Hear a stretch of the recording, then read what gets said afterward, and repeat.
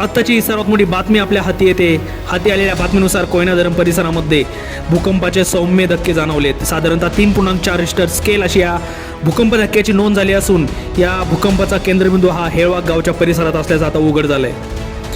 सातारा जिल्ह्यातील ही आत्ताची सर्वात मोठी ब्रेकिंग न्यूज आहे. कोयना धरण परिसरामध्ये भूकंपाचे सौम्य धक्के जाणवलेत.